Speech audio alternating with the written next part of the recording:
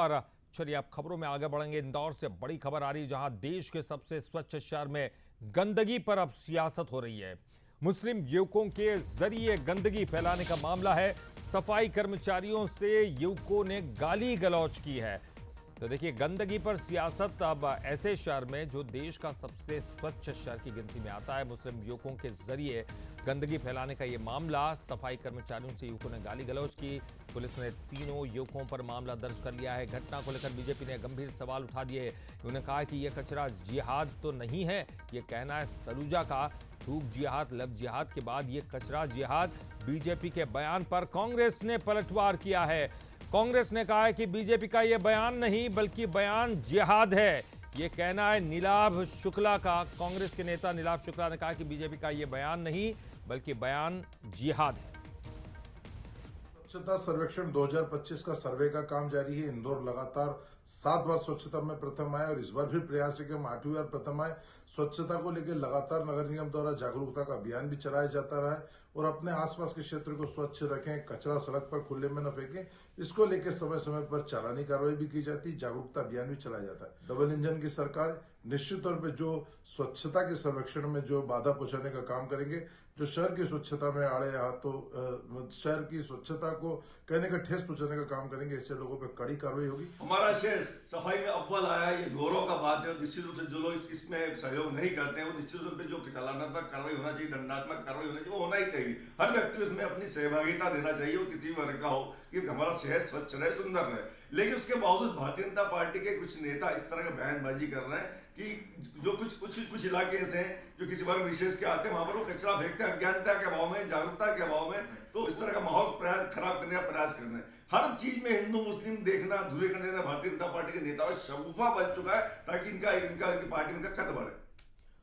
चलिए आपको बता देते ये पूरा मामला क्या है। आखिर चोइथरा मंडी के पास सफाई कर्मी सड़क की सफाई कर रहे थे।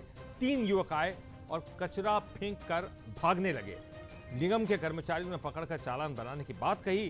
कर्मचारियों से गाली गलौच और इन तीनों युवकों ने धमकी दे डाली।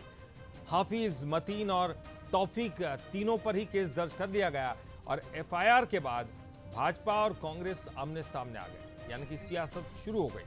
घटना को लेकर बीजेपी ने गंभीर सवाल उठा दिए। थूक जिहाद, लब जिहाद के बाद ये कचरा जिहाद तो नहीं है, इस तरह का इल्जाम सलूजा ने लगाया है।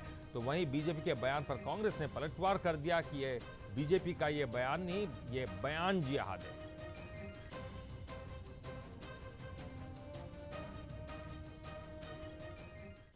और चलिए इस पर बातचीत करेंगे। हमारे साथ मेहमान जुड़ गए हैं। बीजेपी के प्रवक्ता नरेंद्र सलूजा जी जुड़ गए हैं, कांग्रेस प्रवक्ता नीलाभ शुक्ला जी जुड़ गए हैं। नरेंद्र जी, आपको क्यों लगता है ये कोई एक जिहाद है? देखिए, कचरा कोई भी फैलाएगा, गंदगी कोई भी करेगा, ये गलत है, लेकिन इसको धर्म के चश्मे से या इस तरह के नजरिए से क्यों देखा जा रहा है? इसके पीछे क्या खास वजह है? देखिए, मेरे मित्र नीलाभ शुक्ला जो कांग्रेस के प्रवक्ता, मैं भी आपके टीवी के माध्यम से उनका बयान सुनता था। वो कह रहे हैं अज्ञानता के अभाव में कुछ लोगों ने कचरा फेंक दिया और बीजेपी चालू हो गई। अब अज्ञानता के अभाव में कचरा तो फेंक दिया, लेकिन गाली जो बकी, धमकाया, जो जान से मारने की धमकी दी, गाली गलौज की, मारपीट का प्रयास किया, वो कौन सी अज्ञानता की श्रेणी में कांग्रेस लेती, ये भी बता दे। अरे, कचरा फेंकना एक अज्ञानता का कारण हो सकता है, लेकिन गाली गलौज करना, धमकाना, सफाई कर्मी जिनके हम पूजा करते हैं, जिनके हम चरण धो के पीते हैं। अभी मुख्यमंत्री जी इंदौर आए थे तो मुख्यमंत्री जी ने उनके चरण धोए, उनके पैर साफ किए, उन्हें जूते पहनाए। वीडी शर्मा जी हमारे प्रदेश अध्यक्ष आए थे तो उनको जूते पहनाए।